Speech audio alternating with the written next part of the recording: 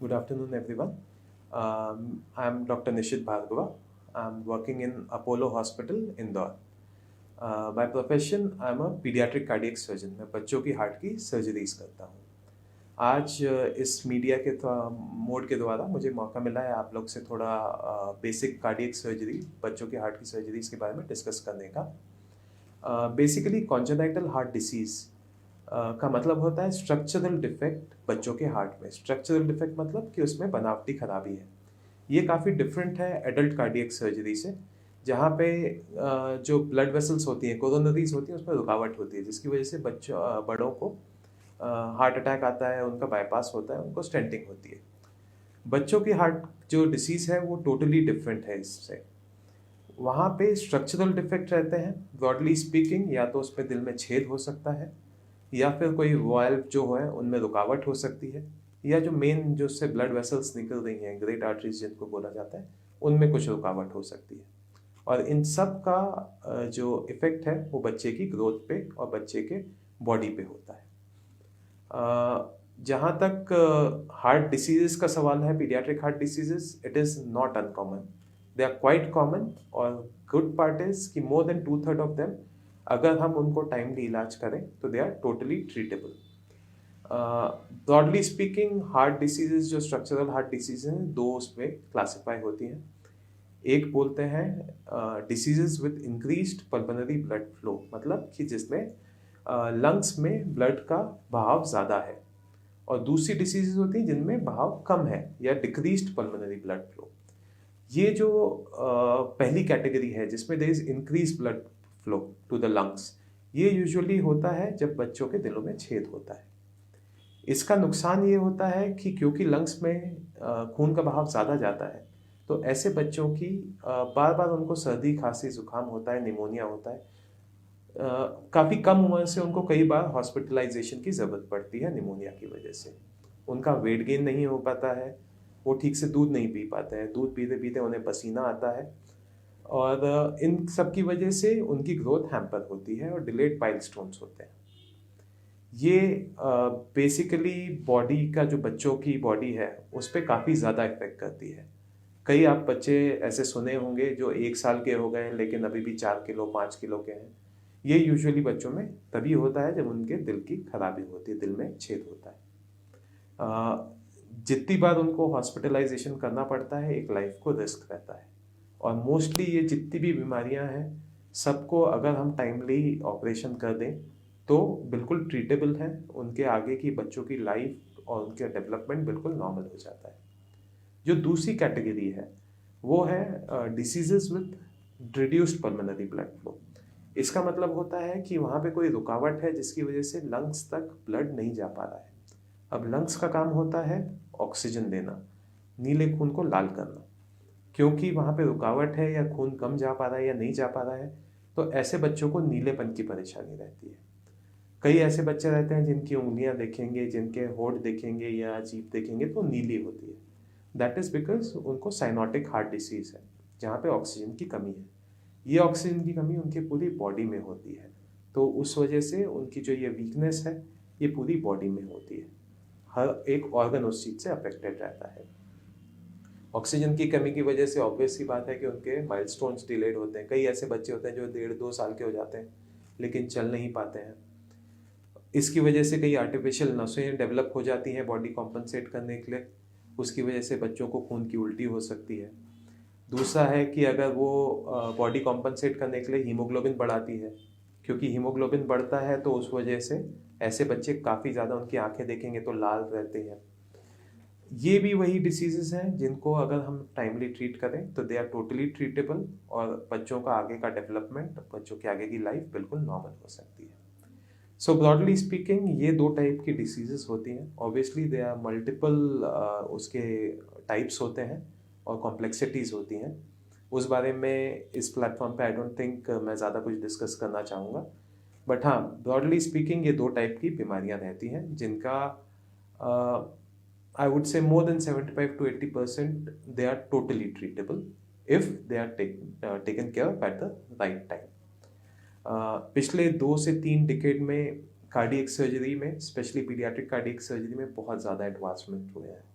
पहले एक basic notion था कि अगर बच्चे को हार्ट की परेशानी है तो उसका बच पाना मुश्किल है, लेकिन आज इतने एडवांस ट्रीटमेंट के साथ वी कैन प्राउडली से कि more than 90% of the diseases we can treat them, and ज़्यादातर बच्चों की आगे की लाइफ बिल्कुल नॉर्मल रहती है इस वजह से।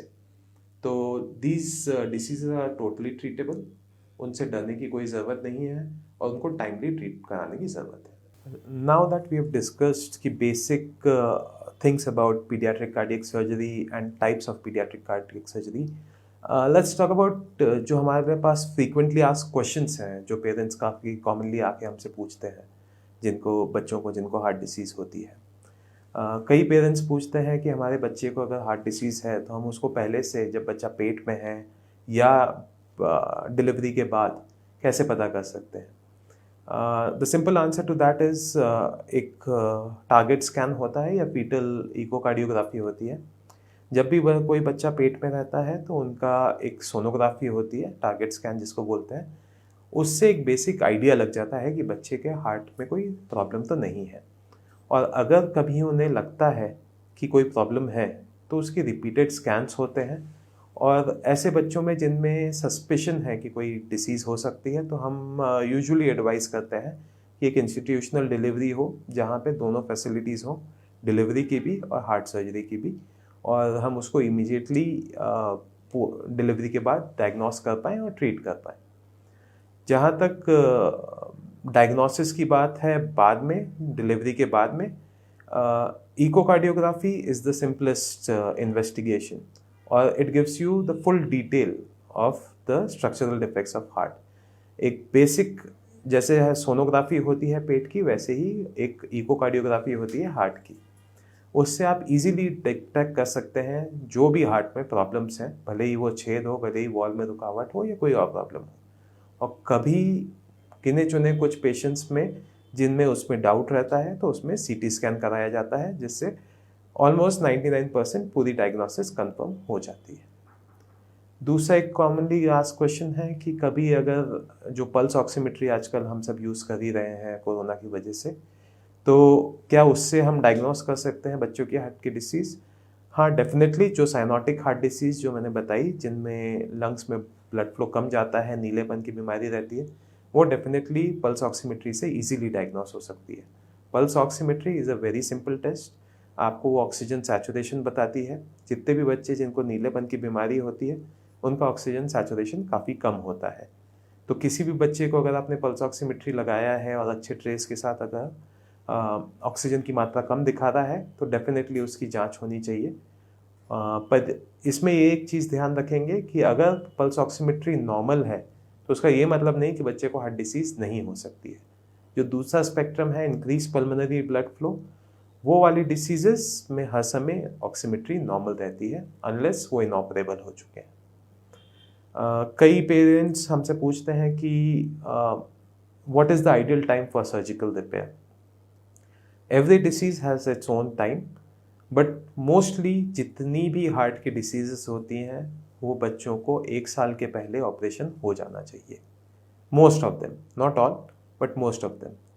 ये कॉमनली देखा गया है कि कई जिन डॉक्टर्स को या पेरेंट्स को नहीं पता रहता, उनको गलत एडवाइस मिलती है कि बच्चा 10 किलो के ऊपर का हो जाएगा तभी ऑपरेशन हो सकता है, या बच्चा 3 साल के ऊपर का हो जाएगा तभी ऑपरेशन हो सकता है। That is not true.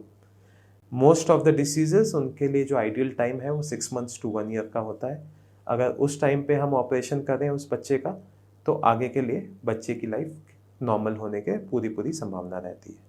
जितना समय इसको निकलता है उतनी अंदर से खराबी बढ़ती जाती है। इनफैक्ट जो ये डिसीजेस हैं, इंक्रीज पल्मोनरी ब्लड फ्लो, उनमें धीरे धीरे लंग्स का प्रेशर इतना ज़्यादा बढ़ जाता है कि से 70 to 80% जो बच्चे 2-3 साल तक पहुंच जाते हैं विदाउट सर्जिकल रिपेयर, वो इनऑपरेबल हो जाते हैं, मतलब उनकी ऑपरेशन से आगे निकल चुकी होती है बीमारी। और ऐसे बच्चों की जो लाइफ होती है वो हार्डली 8 से 10 साल की होती है। तो जो सिंपल एक डिसीज़ जिसको हम ट्रीट करके एक बच्चे को नॉर्मल 60-70 साल की लाइफ दे सकते हैं, वो सिर्फ कुछ नेग्लिजेंस की वजह से उनकी पूरी लाइफ इनऑपरेबल हो जाती है, और ऐसे में हार्डली 8-10 साल की उनकी लाइफ रहती है। कई पेरेंट्स ऑपरेशन कराने से घबराते हैं। वो ये जानना चाहते हैं कि क्या सक्सेस रेट है। करंट सिचुएशन जो है, करंट सिनेरियो में जितनी फैसिलिटीज़ हमारे पास है, मोर देन 90%, 95% तक सर्वाइवल है बच्चों का।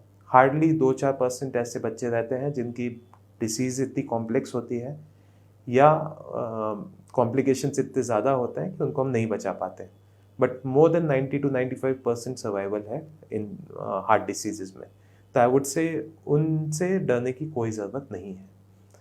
और कई लोग पूछते हैं कि अगर हम यह डर के मारे नहीं कराते हैं तो वो हमसे ये भी पूछना चाहते हैं कि सर अगर हम ये चीज़ का ऑपरेशन नहीं कराएं तो बच्चे का आगे क्या होगा। जो मैंने आपको पहले भी बताया, अगर वो ब्लड फ्लो ज़्यादा जा रहा है लंग्स में, वो वाली डिसीजेस हैं, तो उसमें बहुत ही जल्द बच्चा इनऑपरेबल हो जाता है, उसके लंग के प्रेशर इरिवर्सिबल डैमेज हो जाता है, तो उनकी लाइफ 5 से 10 साल के बीच की होती है। जबकि जो साइनोटिक हार्ट डिसीज, नीलेपन की बीमारियां हैं, उसमें बच्चे का एक्सरसाइज इंटॉलरेंस रहता है, वो पैदल चल नहीं सकता, वो उसके माइलस्टोन्स डिलेड रहते हैं और इवेंचुअली उनको खून की उल्टियाँ होनी चालू हो जाती हैं और उनकी भी लाइफ कुछ 10-15 साल की ही रहती है। तो दोनों स्पेक्ट्रम जो हैं, दोनों टोटली ट्रीटेबल हैं if they are dealt with in the right time. So these are the basic questions which are commonly asked to us. इसके अलावा अगर आपके दिमाग में कोई भी क्वेरीज हैं तो you can always get back to us. Our numbers are there, you can always contact us and we are always there to help you. Thank you.